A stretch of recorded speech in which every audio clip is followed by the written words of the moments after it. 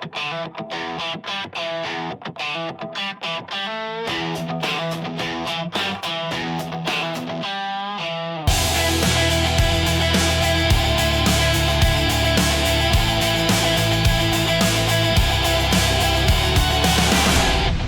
to the All Access Entertainment Podcast. I am your host, Joseph Bruen, here with a very special guest, a man of collecting. We're going to talk about all that he's into, from DVDs to everything in between, and looking forward to this, have been for several weeks now. Ladies and gentlemen, the one and only Mr. Roy Lucier. Hey, pleasure to be on your show. Thank you so much for having me on. Absolutely. You've been a part of the business in all different capacities, and certainly a mega fan of pro wrestling over the years, and still to this day. You know, why don't you tell us, when did you first discover pro wrestling, and who were some of your favorites at that time? I first discovered pro wrestling back in, I want to say, September of 81. So, 45 years now. I flipping through the channels. My dad wasn't home yet, so I had controlled the TV, and I saw Pat Patterson sitting in the ring, and Sergeant Slaughter was inviting people to test out the Cobra Clutch, like if they could handle the hold or not. And I guess he had been doing this for weeks before, and of course everyone tapped out to it or submitted to it. Well, Pat Patterson was the announcer at the time, and he came into the ring, and he put the Cobra Clutch on him, except I think attacked him before he could get out of it or something like that. And big old, bloody battles. So started watching it on and off from there. But when I really started catching that the show was on a regular basis was when my parents had a satellite dish growing up. So I got the MSG network. And remember, I'm out of Anaheim, California. So I'd watch Madison Square Garden's live shows back when they were on monthly on the MSG network. Saw Hulk Hogan defeat Iron Sheik for the title. And then pretty much it was just off to the races from there. And you've always been big into, physical media, which I, too, am a big fan of physical media. When it came to DVDs and VHS and all the old Coliseum videos and tape trading, you were a big part of, tape trading early on. Why don't you tell us, for the fans who aren't familiar with tape trading, what it is exactly, and, kind of walk us through your experience personally with tape trading? So my parents having a satellite dish, I would VHS record some of the stuff that I saw over the years, the MSG shows, just random television shows. Trust me, going back, I wish I could have taped World Class, AWA, some of the lesser stuff. But around 1992, February 92, I went to a live show at the Anaheim Convention Center, which was really close to my house. And there was a guy there sitting next to me, and I was used to the aftermags at that point. So I had only seen the magazines with the photos. But this guy was reading something that had only words to it, not pictures. And I said, hey, what is that? And he's all, it's the Wrestling Observer newsletter. And we started talking about it. He let me read it, and it blew my mind because this didn't try to pretend the business was a work. This straight up admitted everything, and I'd never seen that before. So that evening, I actually, in the Observer, was Dave Meltzer's phone number. I called up Dave, and thank God he picked up. When we started talking, and I asked him all these questions, and God, I'm 17 at the time, and I don't know how old he was, but my parents like, hey, who are you talking to? But Dave told me, I told him I had a satellite dish, and he's like, wait, you have a satellite dish? He put me in touch with Steven Sims, Dr. Lucha, and I called Dr. Lucha up, and he gave me like what channel CMLL and UWA were on the satellite dish. So the next week I recorded that off the satellite dish. And Dave also said, hey, if you live in Orange County, you got Japanese video stores by you. So me and some friends would drive over to those 3 different locations in Orange County, in Anaheim, Stanton, and Costa Mesa, that rented out the weekly TV shows, and they would get them like 3 days after they aired. So at that point, it was like off to the races with like collecting like all the different promotions, taping off the TV. And, the great thing about it so many years later is you're wondering why I'm front row at so many AAA and CMLL shows is I have a lot of footage that these promotions don't have. And they've been very kind and thankful to me to get them some of that footage that they don't even have over the years. And I've uploaded a bunch on my different YouTube channels. I think I have 11 different YouTube channels. Each promotion or area kind of has their own name to it, like Roy Lucier CMLL, Roy Lucier AAA Lucha Libre, Lucier UWA, Roy Lucier Wrestling Territories, Roy Lucier Houston, and so on and so forth. That's because if a video gets taken down copyright, at least there's another channel with the other videos on it and stuff. But I taped everything off the satellite dish and from the Japanese video stores going from February 92 to mid 96. And would you say that Mr. Sims was basically your, your introduction to lucha libre wrestling? Yes. Oh, what by far? Yes, absolutely. So Dr. Lucha had a weekly newsletter called Lucha Libre Weekly. In there, it was basically him and crazy enough, Dave Scherer, the guy.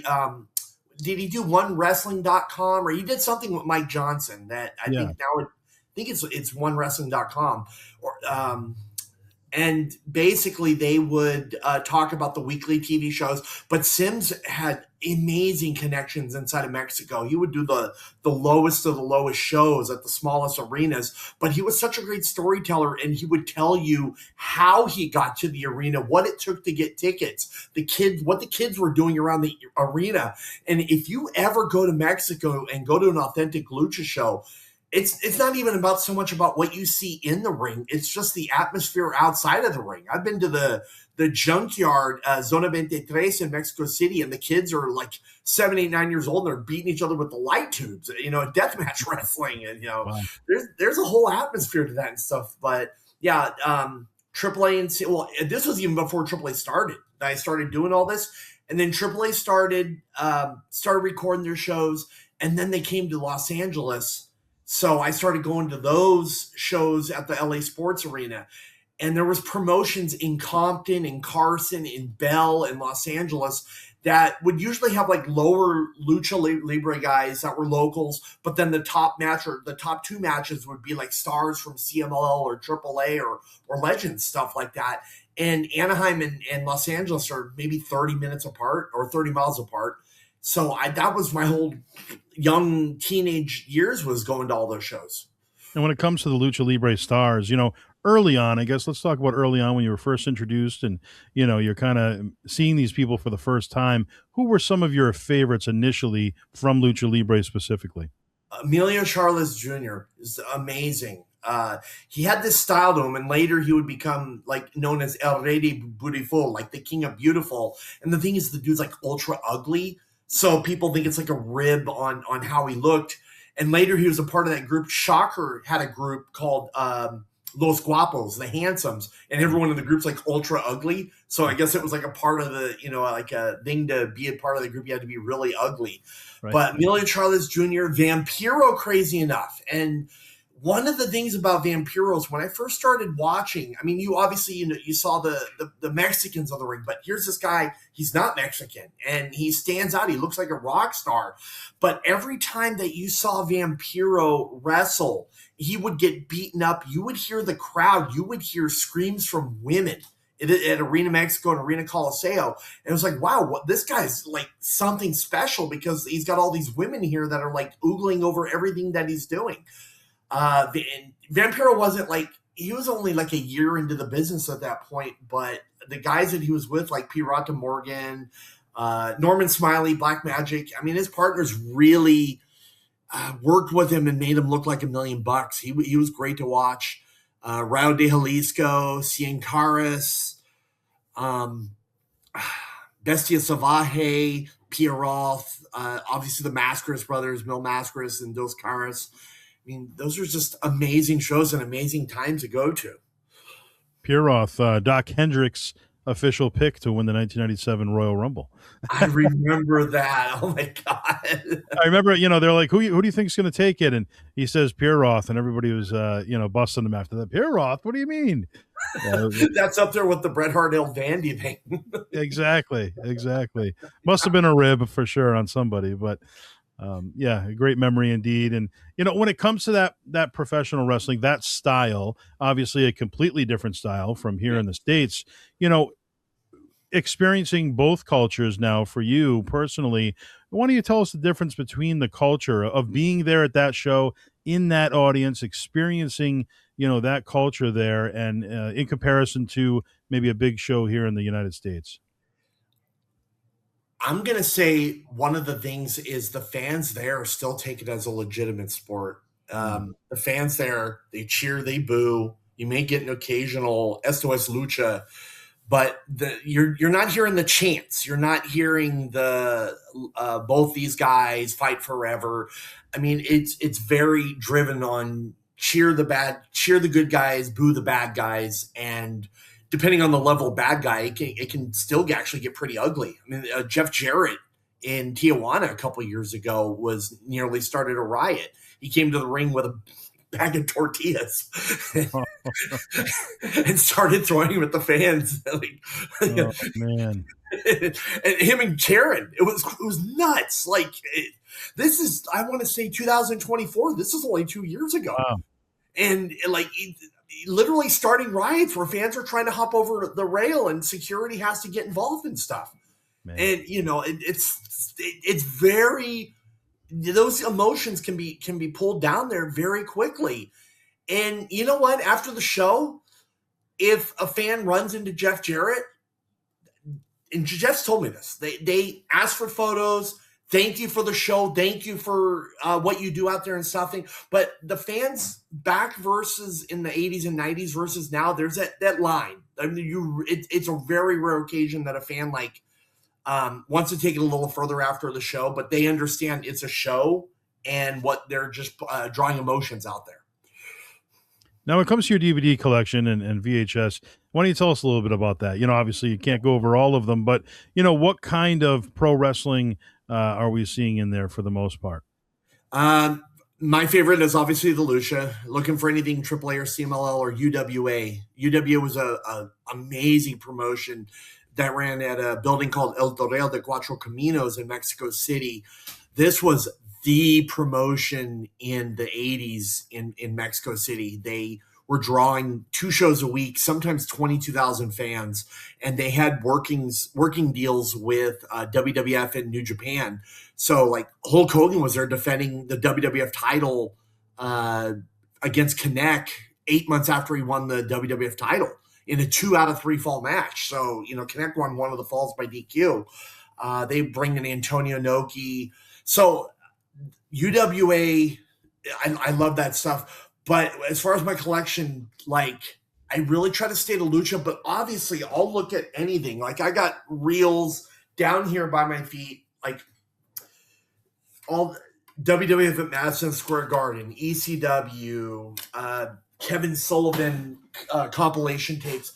Basically, I got VHS DVD burners back here. I got people like Mike Tenay that have given me their entire VHS collection, gone through tape by tape, recorded every single TV show on there, and whenever possible, uploaded it onto YouTube.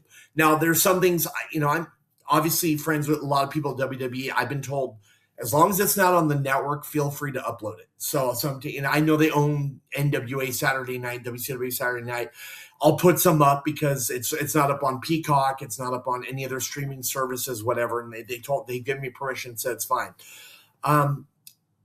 But yeah, my current collection of discs and VHS tapes is probably around 18,000 Wow. currently. And the crazy thing is, and I haven't even said this publicly yet, Meltzer hit me up like earlier in the year. He's getting ready to move, I think January, February next year. And right when he's moving, he says, hey, just come grab my entire collection and do what you want with it. Get as much up on YouTube as possible, but share it publicly. So I've made a lot of good friends that over the years I've known, I'm not looking, I don't have a Patreon. I want to say that to people out there. Everything that I put up is for free. I don't have a Patreon. I don't have a subscription service. I'm not looking to make money off of this in any way, shape, or form. Pro wrestling and Lucha Libre has been really good to me. And I just want to give back to the community that has appreciated everything I've done so much. So never asked a penny for any of this.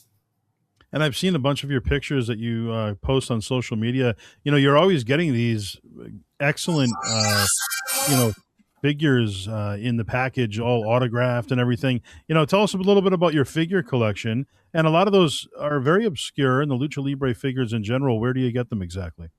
I have, eBay is always going to be the first hunt. There's, I can check on there and see and stuff like that. But lot of these lucha ones are just tough to find. There's some that I've never even seen for sale. There's a 2006, 2008, there was a CMLL. They had a company called Hag that was making their figures. And I still to this date have yet to find some of the figures that's like pinned on my Twitter. The one that I'm looking for the most, it's like a 3-pack of Mystico, Negro Casas, and Caminito. And I've never seen it for sale. But basically, private collectors in Mexico have hit me up and say, hey, I heard you're looking for, this figure. Are you currently looking for it? Then we go back and forth on a price. And I have zero I'll fly down in a heartbeat on a weekend and go to wherever the person's at and go pick it up. Or if it's in Mexico City, one of my closest friends, Miguel, will actually go for me and go get it and hold on to it. And then when I see him, he hands it over to me. Like recently, I was in Mexico, I want to say 3-4 weeks ago for an entire week for shows. And when I got there, there was a Mystico CMLL Hag figure that was like 6,000 pesos, which is $330. And the day before I got there, he went and picked it up for me. So I already had it when I got there. But I mean, I got the entire AAA Kellyan line from 93, 94, the entire 1992 CMLL line from 92. The AAA made a Photorama set in 2006. I got most of that. This whole thing over by my right shoulder is all CMLL Hag figures in the package. And it's more like on one hand how many that I have that I don't that I need signed at this point, maybe 3 or 4. It's I've done a great job in trying to get everyone to sign these. And the funny thing is some of the people, like the older cats that have a problem signing items because they never got paid for it and they consider it bootleg, and they see this American that comes there and is like, hey, well, I'll give you $300-400 US to sign it. It's like, oh, they change your mind. They'll sign it in a heartbeat and stuff, And how do you keep them protected? I mean, having so many, items that are worth so much. I mean, how do you keep? Do you have cases that keep them protected? 2 things. Number one, these are all Billy bookshelves right here, so dust free, keeps the dust out and stuff like that. Number 2, and this is not an advertisement for them, but I'm big fans of them. There's a place in Fort Lauderdale, I believe, or something down in Florida called Collector Archive Services. If you send them the figure, and they will send it back to you inside of a museum style casing. And I've done that with like, I want to say 60%, 70% of my figures by now. Like, let me just grab one here to give an example. So for an example here, here's the Caminito figure from 2007. So what they did was they put it inside of a case. There was an actual like grading thing here that it's been like JSA has certified that the signature is authentic. Wow. They do an amazing job. And then here's all the different figures in the line here. But yeah, I want to say that like that's how I keep all my stuff protected. I just long-term investment. One day if something happens to me, I just want my son to be able to like each figure know who it is and the story behind it. Exactly. Now, if you had to guess, how many figures do you think you have total? Jeez. 250, 300, I want to say currently. And all these figures are authentic lines. None of them are like bootleg. Like, if you go to Mexico City, you go to any lucha show, you're going to see outside vendors that are selling like, they're called arena figures or bootleg figures. Every single one of these was actually made inside of a factory and are considered official. Like 93 AAA Kellyan line, CML official, San Francisco Toy Maker, Hag, Photorama, Popey, like all the stuff over my shoulder up here from, MLW, WWE, AEW, stuff like that. Like everything is an authentic line. So I want to say like 250, maybe 300 figures. Wow. And if you had to guess, how many do you think that you're missing, that you are aware of, that you know of? Like, are you almost complete, or are there tons out there that you still need, or? Almost, I want to say almost complete. Yeah, probably a couple dozen. It's this damn 2007, 2008 CMLL Hag line. It's just, it's when I showed you the back. I mean, there's like a Blue Panther on there. Some of these figures, they made a 4-inch, a 4.5-inch, and then a 6-inch version of it. There's ones up here where what they did was they made a 2006 one with a DVD inside of it, then the figure without the DVD, and then a smaller version of the figure. So there's seems like there's always something that I come across. I was like, wait, I've never seen that before. Yeah. So I'm probably like 20, 30 at this point, maybe a little more that I don't have out of those sets that I am looking for actively, and I'll pay big bucks for it. Yeah. And these lucha shows that you've gone to over the years, in comparison to the States, how big are the arenas that you're going to? How many people does it hold at these shows that you're at? Auditorium de Tijuana, I think, holds around 13,000. I mean, it's comparable to like, any big town NBA arena or somewhere Raw or SmackDown would go. Arena Mexico holds 17 or 18,000, and they run 3 times a week. Now, on the Sunday and Tuesday shows, they shut down the top balcony, but on Friday they open it up. And by the way, if any of you have ever wanted to go to Arena Mexico, that's like a dream come true. That's the oldest weekly running building in the world, and it's like a cathedral. It's known as the Cathedral of Pro Wrestling. It's just Wow. amazing. Yeah, when I was there back in March, I like went there 3 times in 1 week, and just it's a quick show. It's not like runs like a pay-per-view. It starts at 8, it's done by 10. It's just a great quick show. And the funny thing is, the people around you are usually, they don't know who these guys are in the ring. They're foreigners or tourists that they're Googling like what to do when you're in town, and Arena Mexico is usually number 1 or 2, but besides the pyramids. So they take a taxi over there, get a ticket from one of the scalpers outside, and enjoy the evening. But they don't know who Mystico is. They don't know who Claudio Castagnoli is. They don't know who Zella was, but they're just there to have a great time. Yeah. And when it comes to the masks, in Lucha Libre, they're very sacred. Why don't you give us some of the history that you're aware of in regards to the masks and what they mean for the wrestlers?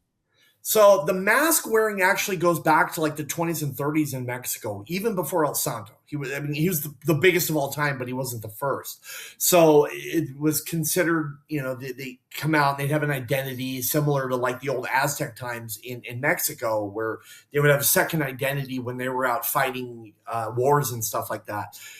Santo comes along in the 50s as, El Santo. And the thing is, in the 50s, he had a match against Black Shadow where the building was, it was a mask versus mask match. The building was it was such a successful event, they turned away people, and they actually built a new arena all because of how big that mask versus mask match was. And that set the precedent for even today, like, it reveals the identity of the loser. Now, in reality, the loser gets like, an amazing payday for losing their mask. Word is, when Dr. Wagner Jr. lost his mask, he got $333,000. So the bigger your name is when you lose your mask, the bigger the payoff is too. Yeah. But no, the masks are like, there's such a identity with it. Like, you're at a lucha show when you see a bunch of masks, but sometimes it's not just about the mask, about the style too. You've seen like, some people in America, like Mask Superstar. I wouldn't call him a luchador just because he wore a mask, but in the same sense, like, there's such an identity with wearing the mask and the style of lucha that exists. The 2 out of 3 falls and the captain's rules and stuff like that. And when they lose the mask, does it take them down a notch at all, or are they able to continue on with their career kind of on the same level, or does it affect them? It does affect them sometimes. I mean, you're going to get a string of bookings after you lose your mask. Some of the guys, they do it at the end of their career because they know, hey, I don't have that much longer, so hey, let me finally get the big payday for my mask. 4 years ago, my wife and we saw Viano 4 lose his mask. He probably wrestled for another year or two after that. I don't even know if he's taking any bookings anymore, but he does appearances, but not wrestling. But it could take away from your appearance, your how you're perceived publicly. Some people I don't ever expect to lose their mask, like like a Blue Demon or Mystico, like some of those guys I don't ever see lose their mask. Have you ever met Mil Mascaras? Yes, many times. Yes. How was he in your interactions? To even to this date, Mil Mascaras is still my favorite luchador of all time. I grew up watching him and idolizing him. He would come out with these like amazing masks and these headgears and stuff like that made him look like superhuman. I met him a few times, even I want to say 4 years ago or 3 years ago. He was given the keys to the city here in Sacramento, and the mayor. I was literally there with the mayor of Sacramento, and we're waiting for Mil Mascaras. He got to the airport. I don't know if he decided to eat or what, but he was an hour and a half late to it, and the mayor left. So, I mean, he got there and he answered all the questions from the public and did a Q&A, signed almost everything for the public. You know, he's one of the old school cats that won't sign bootleg masks or items that he considers like pirated and stuff like that. It's just some of the older cats are like that. So, but you know, he's still my favorite luchador of all time. Just if you saw him in the 80s, and then if you watch his videos from Japan in the 70s, he was like god level to where the fans were just rushing up, just wanting to touch him because they felt like, you know, he would give them superhuman powers just by being in his presence. Yeah, Mil is such a legend within the industry, and you know, whether you like him personally or not, you can't deny that. You know, he's made such an impact in the business. Now, when it comes to Mil, I have heard that over the years that there are certain things that he doesn't want to sign. So what you're saying is basically they have to be official items for him to sign them. Yeah, and are you going to the 80s con on May 16th? I'm not, and he's one of the people that I have always wanted to meet, and I've missed out a couple times, and I'm not able to make it. Yeah, so I hit Tommy Fierro up because I was like, wait, is this really happening? And he confirmed to me, he's all, yeah, the vendor has known Mil for 25 years. He will be there. He did the booking like through Mil directly and not through his agent, because the agent was like telling me like, I don't believe this is real, but it confirmed with Tommy Fierro the appearance is legitimate.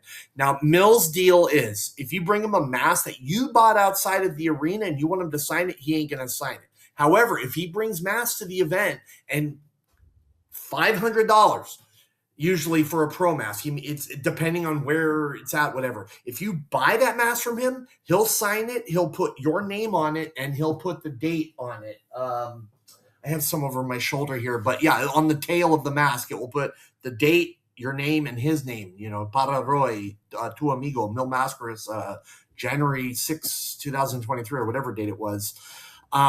If he's calmed down a little bit over the last couple of years, I heard, because my friend Miguel that I was mentioning in Mexico City got him to sign a couple things that he wouldn't have signed 5 years ago. So it's hit or miss with him. I mean, good luck to anyone who's going to see him on May 16th. I'd love to hear reports on what he does and doesn't sign. I mean, he's sometimes at the point where if you wear a Mil Mascaras shirt and want a photo with him, he'll say, "Oh, I did not sell you that shirt. Take it off." Like he literally will do that. Yeah. Wow, true businessman. He knows how to make that money, right? Yeah.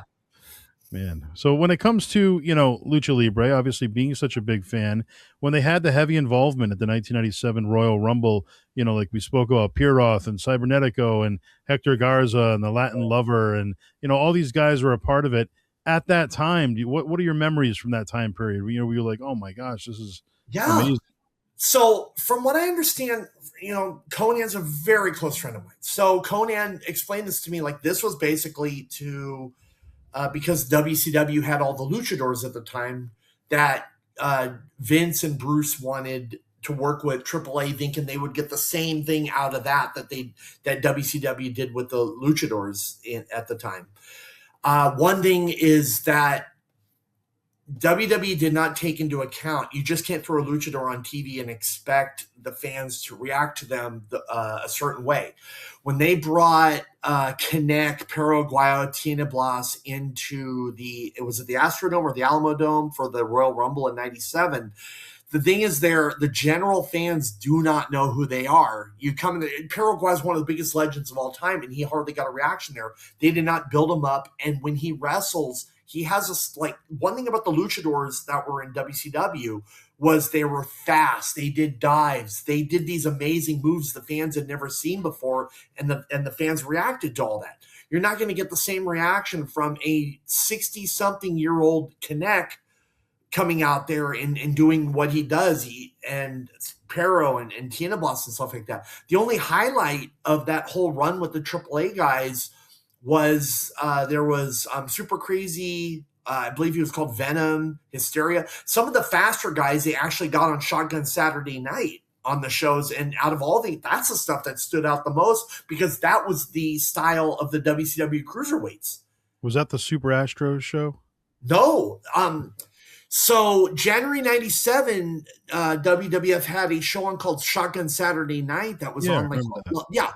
So there was like Terry Funk against Stone Cold Steve Austin was like one of the early episodes from Denim and Diamonds.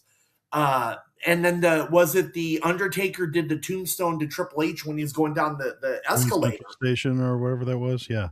So they had the minis, the Masquerita Sagrada, Espectrito, Octagoncito. They had some of the minis on there and stuff like that. And like Sunny came out instead of Macarena, she was doing the Masquerita, and that was the biggest memory of the AAA guys at the time was they kind of realized like we need to not focus on the older cats, but showcase some of the faster guys. And they put like Cornette and Jim Ross on commentary because they knew who the guys were and the names of the moves and stuff. So that was my biggest memory of that whole period and era, late 96, early 97. Wow. Now, when it comes to your collections, if you had to pick one, it might be hard to narrow down. What would your favorite DVD or DVD set be that you have? And what would your favorite, on the other end of that, your favorite figure be that you have? I'll show you the favorite figure right now. Hold on a second.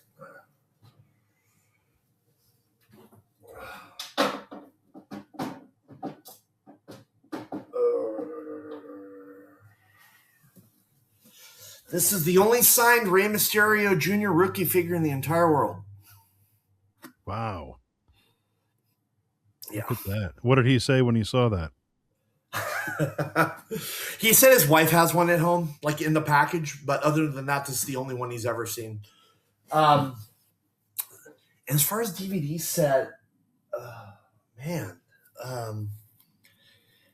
can't really narrow it down to one. It's just all the lucha that I've taped over the years because just each one has different meaning to me. Like, honestly, the UWA stuff, because I was literally the only one recording it at the time. The AAA, when it first aired, me and Dave Scherer were pretty much the only two, and Carlos Ray, Alex Marvez were like the only ones taping at the time. That was 34 years ago. Wow. But just that early lucha stuff. It's just it was like a community. It was crazy. I think out of all the times in my life, I mean that was the one where like I felt like I was in the know of something that was like mine. Like especially I'm white. I didn't speak Spanish at the time. I do now, but at the time I was like it just felt like something like crazy. Like I wanted to share with the whole world. I was like this is amazing. So it's just the lucha stuff I taped from back then. And that Rey Mysterio figure, would you say that that's your most valuable in your collection as well? No, I got a Hogan signed Popey. Hold on.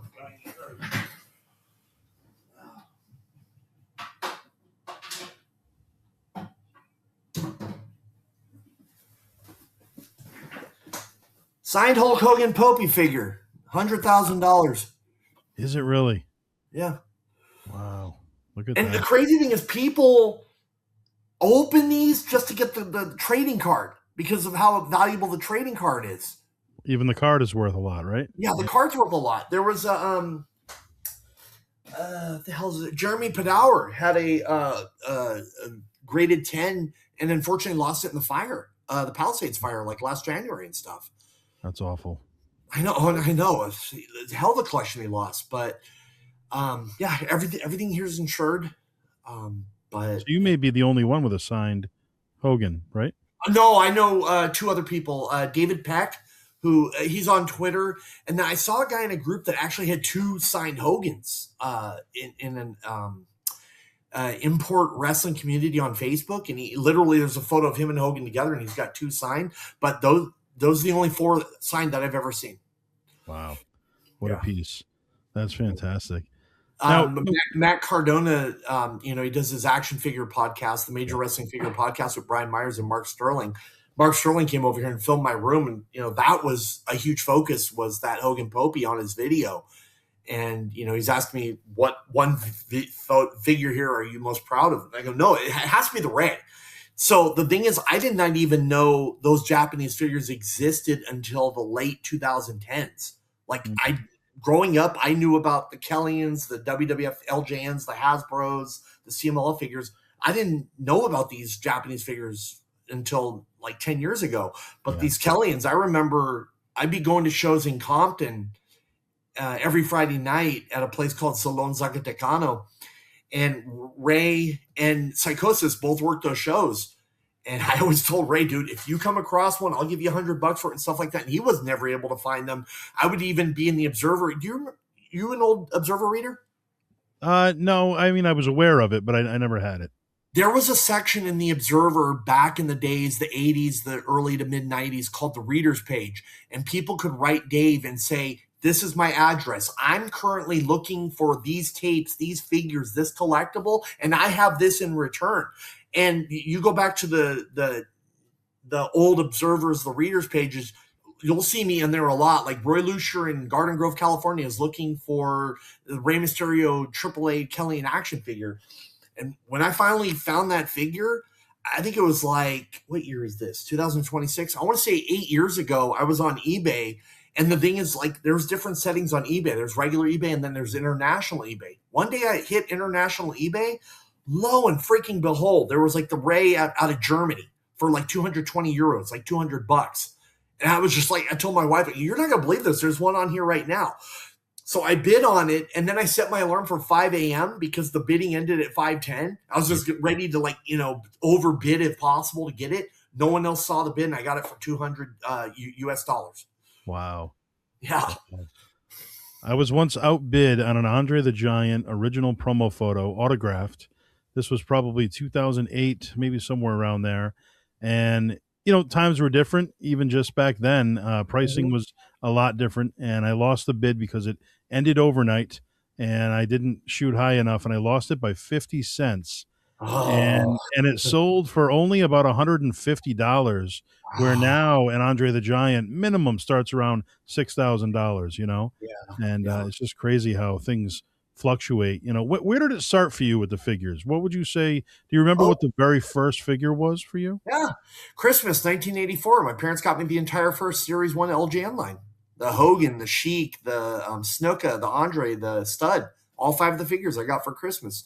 I think I got a ring too that year, maybe the next year, but that was the beginning right there. And then every year, I go to local Target or Gemco or something with my mom and, go through the action figure.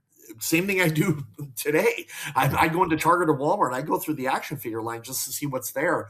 But I just remember, like, I'm a kid. I'm 10 years old, 11 years old. I'd open them up and I had my own fig feds with the LJN figures and play with them and have friends over and, we'd have fig fed stuff and all that. And then the LJN line ended in 89 and then the Hasbro line began and I started collecting those. But by then I was 14 years old and I knew that these figures would be valuable. So that's when I started collecting them as a collectible and not opening them. There was Antonio Inoki's Peace Festival show in Los Angeles in June 1st, 96. And man, I got like Bigelow signed. I would go to Halloween Havoc 96, DiBiase, Boss, man, everyone would sign my figures and stuff like that. Those were great times. But yeah, the figures have always been a big thing for me over the years.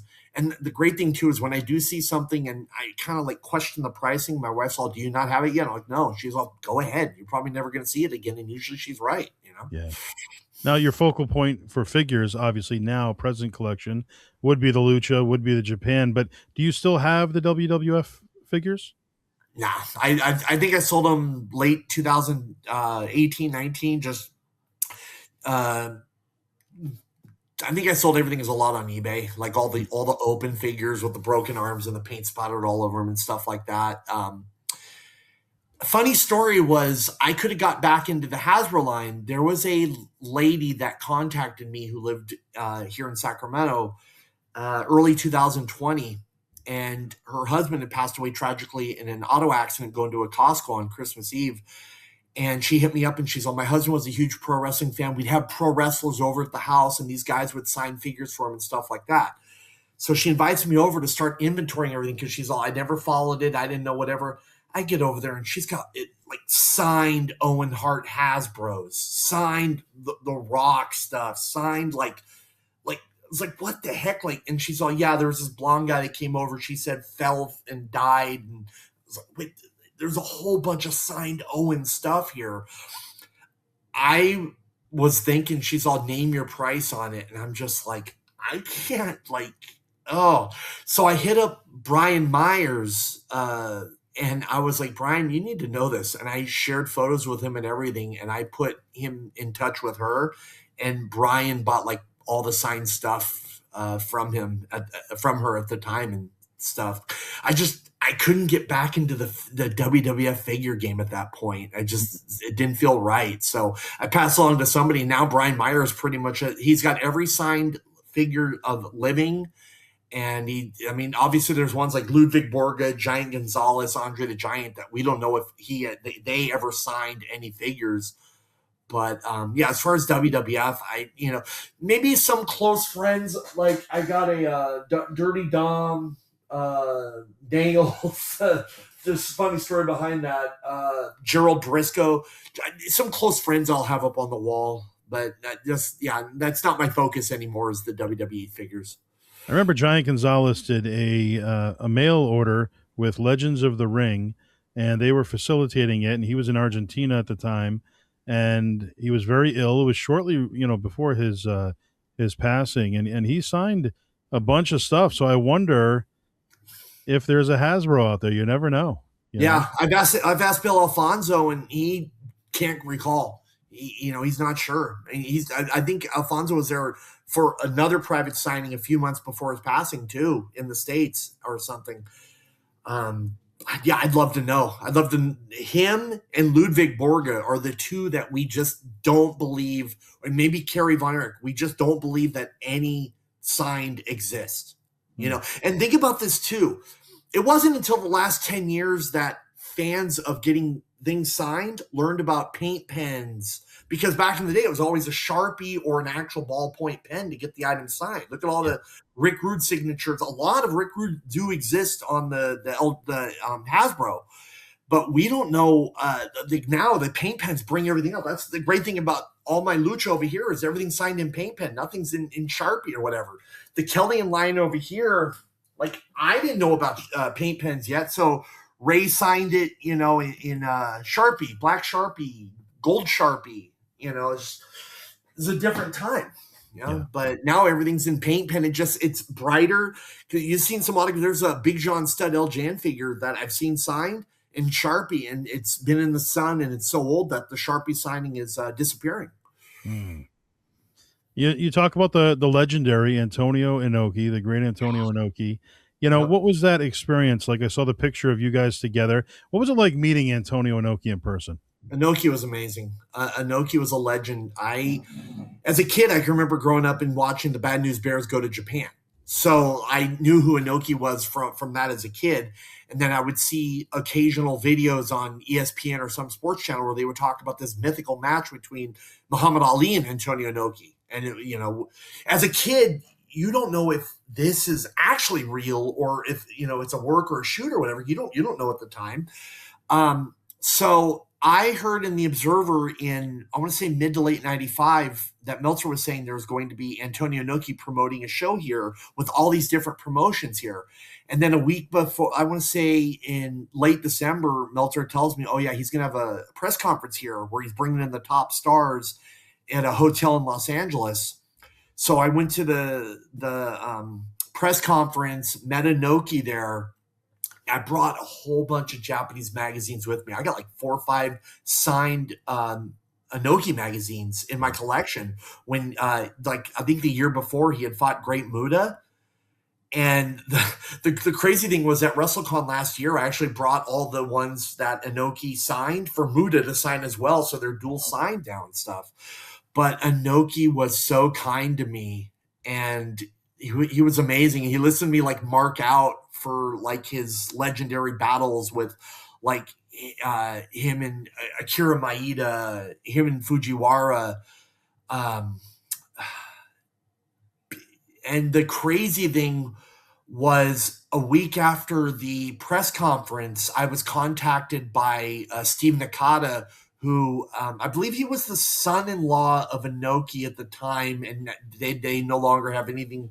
Well, I know he's passed away, but they've had a falling out a couple years after. But Nakata hit me up because of my level of fandom. Like, I knew who Great Sasuke was, I knew who Liger was, I knew who the Lucha guys were, and he was telling me that they have a radio show out here. And there was a guy named Shadow Man, James Boone the Shadow, and he had a weekly cable radio show.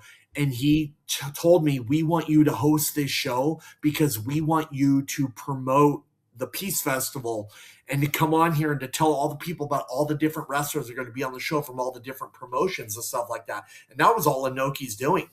And then I get to the building, and Nakata finds me and he gives me 2 front row tickets to the show. So I was like, man, probably my favorite show of all time was that Peace Festival show. Nothing right there was like this 5-star amazing match, but the atmosphere of it. I mean, I got to see Liger against Sasuke. I got to see Negro Casas against Hijo de Santo. Main event that night was Inoki and Dan Severn against Yoshiaki Fujiwara and Oleg Taktarov was the main event. Oh, I can't recall Oleg ever doing pro wrestling other than that one match. yeah. And then afterwards, Nakata said, "Hey, if you'd like to see us more, we're going to be at the New Otani Hotel in LA." So I think that's what started the whole hotel stalking thing. Was they actually told me where it's at, and like when I get off with you right now, I'm headed over to the hotel where WWE is tonight. And but oh man, that was amazing. There's photos of me with like Benoit, Jericho, Masa Saito, Perro Aguayo, Manabu Nakanishi, Bam Bam Bigelow. I mean, it was just an amazing time, an amazing night. But Inoki himself was such a great person, and he could tell I was I could tell he was appreciative of me, like marking out for like guys like who was Kodo Samson Fuyuki, the one that would run in place and the fans would boo, and I was in an elevator with him, like imitating him and stuff like that. And Inoki was just smiling and laughing and stuff. And you've befriended a lot of these guys over the years. You've even, you kind of acted as a transportation for them, right? You've brought them to events, and you're always, and you're still doing that to this day. Yeah. Any of the Lucha guys that need bookings and stuff like that, majority of them, Hoovy, Psychosis, Damien, Conan, a lot of them, got their phone number. If a promoter hits me up and says, "Hey, we'd like to book so-and-so," I can middleman it. I can make it happen, and I don't ever ask for a penny from the whole thing. I want, the boys to have their everything that they've earned and deserved and stuff like that. Even like yesterday, like I started texting Aaron Aguilera, and he's looking for bookings and stuff like that. I go, yeah, I'll reach out to some promotions. So if anyone's looking to book Aaron Aguilera, hit me up. Because he can't wrestle anymore. He's got like neck issues or something like that.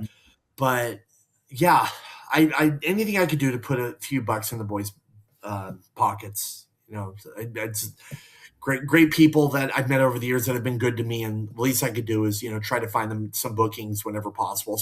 Especially Psychosis. I mean, his visa just got approved a month ago, and the second it got approved, I hit up Martin from The Gathering. Yeah. Got him booked there immediately. Ruben Zamora, make sure that he's headlining all the Mass Mania shows on all the Mass Republic shows that they're doing. Got him a booking here in Sacramento. May 3rd, by the way, at Denio's in Roseville, which is right next to Sacramento. Yeah, anything I can do for the boys, get them work, whether wrestling, autograph signing, or private signing or something like that. I've helped Captain's Corner, Nicholas Maskey, get Conan a bunch of private signings and stuff like that. So. Yep. Now, The Gathering, are you going to be there? I will be there, yes. I will be there as well, so I'll be able to meet you for the first time. Yeah, I'll be flying in Thursday night. I helped Martin with Super Crazy, with Hoovy. No, Hoovy's someone other vendor, with Nicho, and then also Dos Caras. That was the big one that, like, well, do you think we get Mill? And I was like, no, you're not going to get Mill. He's going to be a jerk. You're not going to get Mill. So how about Mill's brother? And I talked to Dose, and we came to an agreement. So yeah, he'll be there at the gathering as well. I think on Saturday. And is Dose the father or the uncle of Alberto? Dad, He is. Okay. he's the father of Alberto Del Rio. Yeah. Okay. Yeah, Dose I'm looking forward to meeting. He's one that I've never met, and I'm excited about that. The gathering kind of I'm a convention guy. I run New England Fan Fest, and, you know, I'm always running the shows, so I'm never able to really, just kind of step back and enjoy. So I'm taking two of my sons. We're really looking forward to the gathering and be able to just enjoy it as fans. And it reminds me of Wrestle Reunion. I went to the very Yes. first Wrestle Reunion in Tampa, 2005, and it was just a special feel. You had over 100 wrestlers there. It was a 3-day spectacular, and this really feels like that. I don't make many trips, but I made sure to come to this. So I'm going to be there from Monday through Monday, and we're going to enjoy all of it. But the Lucha Stars are certainly some of the highlights for me, and I'm really excited to see them come out. Yeah. I went back in 2023 for the first time. Funny thing is, I didn't need anything signed. I just went just to go because I've never seen Boogie Woogie do a West Coast signing. Everything he's done has always been in the Charlotte area. So it was like, if I was ever going to meet Boogie Woogie, I would have to do this. So like him, and it's funny, the last time I went to the gathering, like Vic Steamboat was walking around. And I was like, wait a second, is that Vic Steamboat? And like my buddies at High Spots were like, yeah, that's Vic Steamboat. We started talking and stuff like that. And like, I actually got a photo with Ricky and Vic Steamboat together, which like I never thought would happen. But no, I love the gathering, just having these random names. I mean, they got like Eric Watts on there this year. Getty, who's going to be in costume.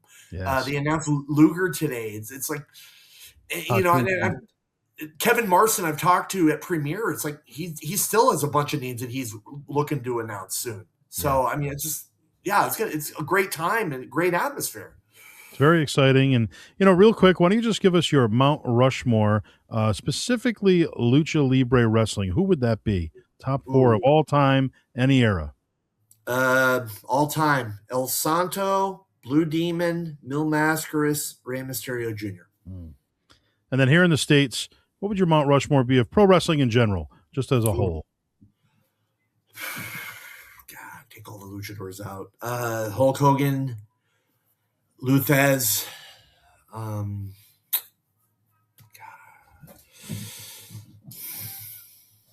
Steve Austin, Ric Flair. And then when it comes to matches, if you could pick 5, what would your top 5 matches of all time be? That I went live or that I saw on video? Any way you want to look at it. All right. Favorite live match of all time. So I was there live at When Worlds Collide, the first one. So I got to see Eddie Guerrero and Love Machine against El Hijo de Santo and Octagon in the double mask versus double hair match. By far my favorite live match of all time, because it was a 2.5-year culmination of Panther beating Love Machine for his mask, and the whole full circle of how that ended. And it was just sad that Art passed away so shortly after that.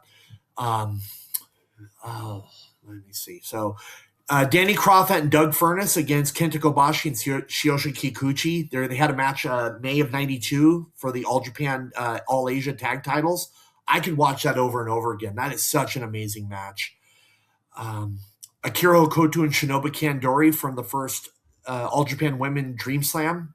That one was insane. Like I still to this day, I've never seen anything like it.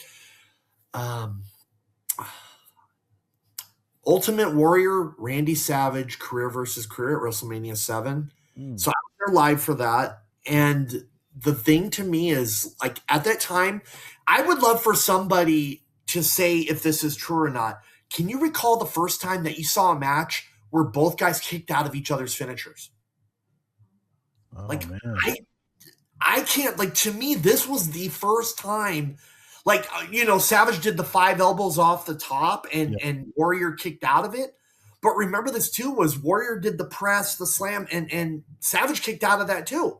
True. So it was even back ways. It was just because their careers were on the line, their livelihood was on the line. And Yeah. I just remember looking in the building, and I kept looking at the clock behind me. I mean, they give those guys, I think, 30 minutes, 5 for the entrances and post and 25 for the match itself. I kept looking up at the clock. I'm like, I don't recall a match ever going this long. It was just like, and you were just hanging on to your seat. And then the whole end with Elizabeth running in and throwing Sherry to the side and the emotional hug and kiss and all that stuff. That was just like, that was an amazing thing to be at live. That was crazy. And yeah, people around me were all crying and stuff like that. Yeah. Fifth one, I was in Monterey back in 2022 in Triple Mania when they had the mass tournament where the loser advances. And that was really the first time that I'd taken my wife to a huge show in Mexico. We'd been to Arena Mexico 2 years before, but like these two, it was Viano 4 and LA Park, and LA Park, the La Parca from WCW Yep. ended up winning. But it was like everything that Viano 4 did, the punches, the kicks, the moves, LA Park sold like a shotgun. Like he oversold it. And it was like you felt like he wasn't going to lose. I mean, he bled right in front of me. They broke a table. It was just the emotion of it was just crazy. And the thing is that like that was really the first time that my wife, like I even grabbed a table, like the snap table, and got both the sign and stuff like that.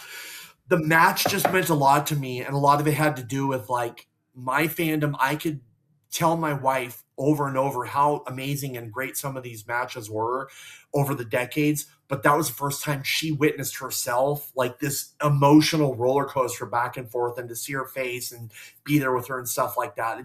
That's on my top 5 right there. That's cool. What an experience.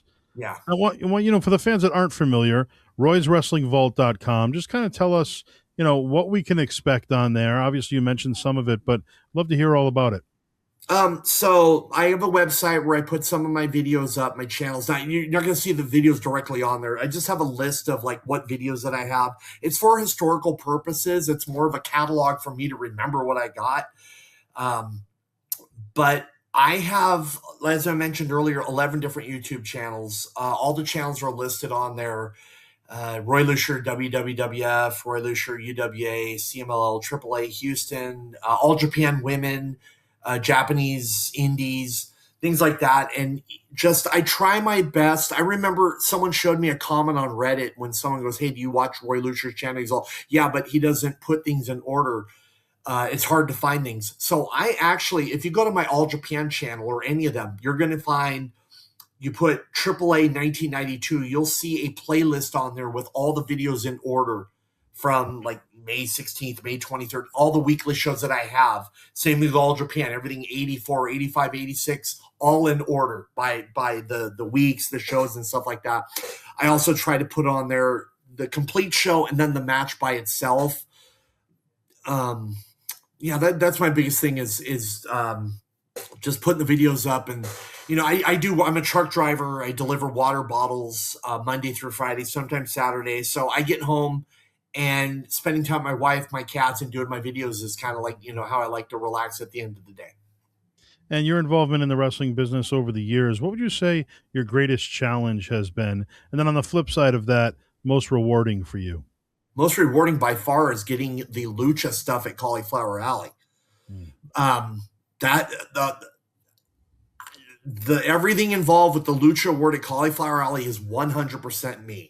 Now, at Brian Blair, for those who are not familiar with Cauliflower Alley, by the way, it's a nonprofit organization that is out there to help the boys that are in need. If they have a bill that needs to be paid, if they're behind on rent, a car payment, medication, doctor's bills, something's going on. If they could prove the need and they fill out a benevolent form on caulifloweralley.club.org, then they'll get together and they'll, to a limit, if you're a non-member, and if you're a member, I think it's a higher thing or something. I think it's $1,500 for non-members, more for members. They'll look out for the boys whenever possible. They have a yearly event in Las Vegas at the Plaza. This year it's August 24th to 26th, and they have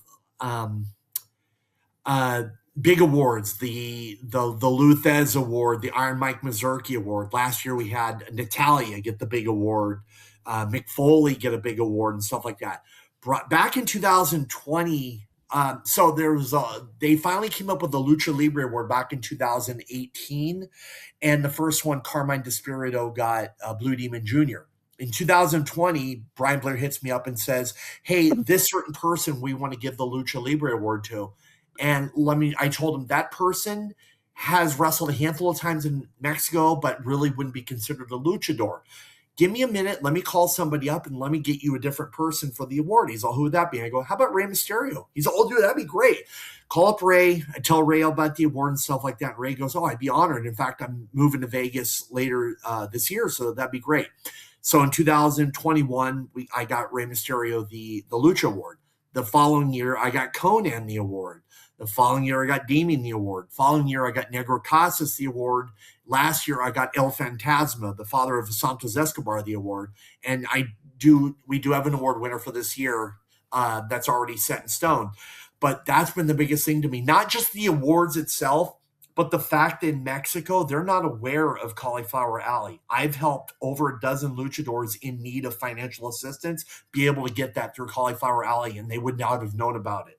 So that to me is my biggest reward as far as my involvement in pro wrestling and lucha libre, is being the middleman for all of that. As far as challenges, by the way, my fandom is my fandom. I don't expect everyone out there to have the same level of passion for certain subjects that I do. I understand people out there that only want to watch one product, and that is perfectly fine. I remember when I first got into Lucha in Japan, I wanted to share it with everybody. Oh my God, you got to see this match with Kobashi and all this stuff. And looking back, it was like, as much as my fandom was, I don't expect someone who watches only WWF, who's into the Bushwhackers, to enjoy Misawa against Kawada. So I just, over the years, I've had to pull my fandom back. I'll on my social medias, I'll say how much I love certain styles, certain matches, certain people, or whatever. But if that's not your thing, that's perfectly fine with me. And vice versa. If someone, sees something at a local indie show with somebody, I'm all happy for them and please promote the hell out and stuff like that. But some things just may not be for me. Yeah. So I think the biggest thing is people to understand, like, your fandom is your fandom, my fandom is my fandom. And if our fandoms don't mix, that's perfectly fine. Absolutely. Now, what would you say the number one piece of advice is that you've ever received within the wrestling industry? Well, number one, treat everyone with respect. Introduce yourself, handshake. Hey, autograph seekers out there, if you really want to try to, like, if you're hotel stocking, for the love of God, don't wear WWE or AEW like merchandise. Like, you're going to get pegged in a heartbeat, and they're going to know, and they're going to avoid you. Yeah. If you're really like somewhere and you're trying to get photos or autos or whatever, like, put something on other than a pro wrestling shirt. Right. I remember I would go to shows back in 2016, 17, and I had friends that would invite me to the hotel, and I'd go there with like WWE shirts on, and I was kind of pulled to the side and go, like, dude, don't do that. So that's not going to help. Yeah. Now, also the partnership that WWE currently has with AAA. What's your take on that current, partnership? And are you enjoying the wrestling now? I'm enjoying it. I love it. The negative, I will say, is that I've kind of noticed some of the people from the early partnership, Negro Casas, Dalis, Latin Lover, where the hell they've gone. I kind of miss those people, and I would like to see more of them. I'm so happy for guys like Mr. Iguana, Psycho Clown, Catalina after yesterday, the Toxicas. I'm so happy for these people and the exposure they're getting, because number one is they're getting WWE merchandise, which you get a percentage of that. Yeah. So they get these bookings in Las Vegas or at WWE The World and places like that. So that one thing I love. Now, back in 2001, AAA stopped doing 2 out of 3 falls and they did single fall anyway. So to people saying like, oh, it's not traditional lucha, they got rid of the traditional lucha a long time ago. They did a show, I think, last week, and there wasn't one Mexican luchador on the show, but it was a buildup. It was a show with Regal's kid, what they call Birthright or whatever their name was, Charlie Dempsey. So they had like all these different, like the Team Europe, Team France, Team whatever, Team Puerto Rico. And I saw some complaints, well, where are the luchadors at? I see both ends of the stick, but the biggest thing is the shows are selling out. I've seen it personally, and the fans there are hot for the product. And you're such a fan of physical media, obviously, with thousands in hand in your collection. What's your take on digital versus physical and where that's come and they've gotten away from making the DVDs and all that sort of thing? I'm not a fan of it. I wish they would make actual digital instead of everything being online now. I get the whole copyright thing. I get why you have to go in and remove natural born killers from New Jack's entrance and his matches. I get it. But in the same sense, I would love to see physical media again with Roman Reigns box sets with footage of him back in FCW. I would love to see stuff like that. Yeah. I get why they do it. I mean, you put it up on YouTube, and within a month, you've made probably more than you're going to make in the DVD sets and stuff from the ads. Yeah. I mean, I get why, and plus they're sitting on so much footage that they haven't uploaded. That if they decide to put it up, they put up WWF Radio the other day. That's just been sitting there, and they put it up. So I get it. You could just put that up there and there's no cost of making it, but I really would love physical media again from that company. I guess the upside of that is there's also no cost to watch that. It's on YouTube. It's a free channel. That's another point I didn't even think about. Yeah. So that's why it makes everything so much easier. But, there was a football player, I think his name was Ray Rice or something like that. He was involved in something. He was in a Madden game. And when his incident happened, they actually took him out of the Madden game against your will. Like if you had bought the game and were connected to the internet, my fear with that being is what if it turns out that somebody pulls a Benoit and they decide to pull all of his matches off the network or YouTube or whatever, all that's lost, so. Right. Yeah, it's tough. They can just update it at any time, yeah. I got a friend that works for the network, and he was, one of the biggest complaints is why isn't WWF Superstars? Why isn't the old Challenge? Why aren't those old TV shows up? And Peacock's one thing, but he was saying going over to Netflix, the biggest complaint would be like someone like Jesse Ventura's commentary where he's calling Coco Beware buckwheat and Tito Santana Chico and talking about rotten tacos from Tijuana. They would fine comb that every chance that they could and remove so much stuff. Wow. So there's such a huge challenge in putting that stuff up. The stuff I've been waiting for is more of the obscure, smaller shows like All American and Spotlight Wrestling. And, yes. I love that stuff. It's just, you get to see matches that maybe feature some of the mid-card guys and just a lot of great stuff. And it's even the segments in studio, lots of great content.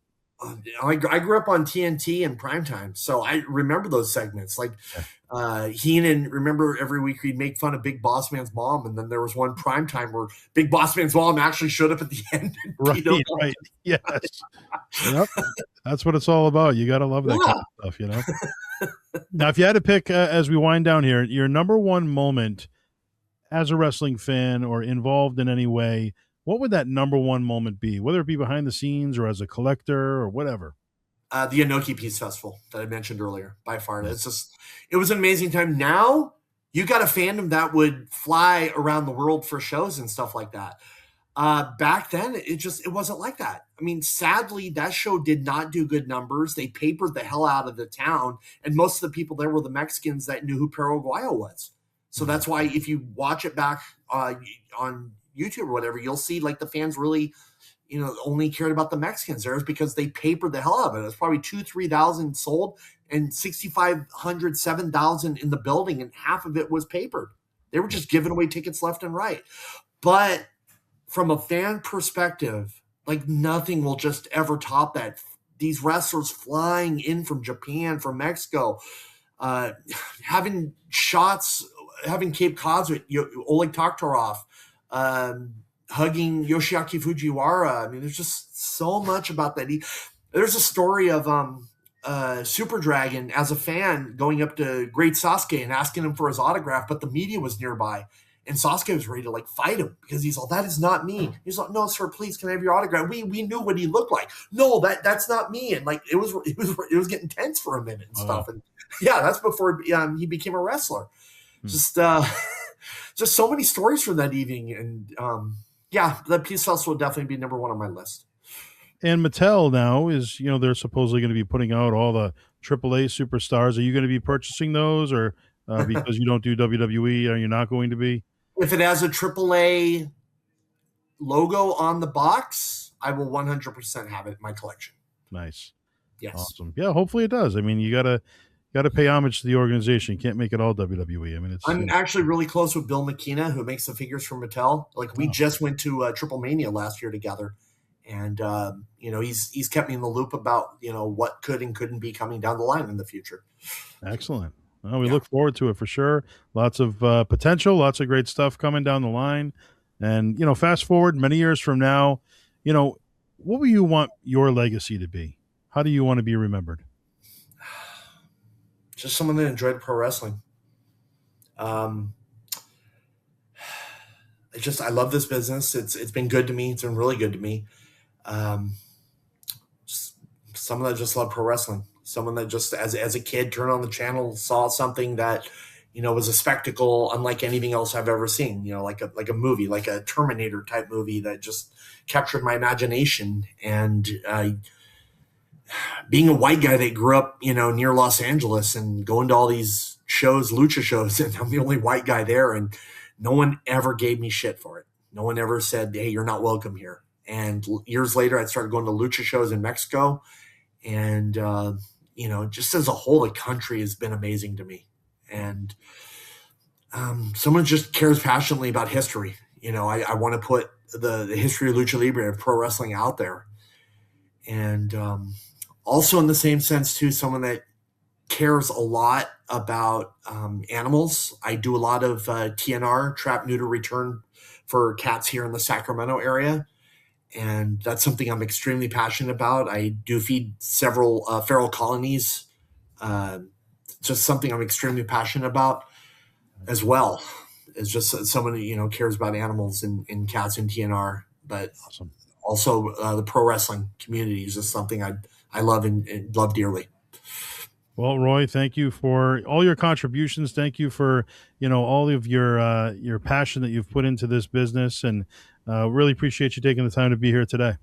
I appreciate you especially for reaching out to me and wanting to do this. It's always a blast to, get to talk wrestling for, a while and, share experiences I've had. And please, my inboxes are open. If anyone's watching this and has a question, please feel free to inbox me. If you're wanting to go to Mexico and you don't know the first step, you don't know who to talk to, what to do, hey, as long as I'm not in my truck driving, I'll respond to you and let you know and try to help you out the best I can.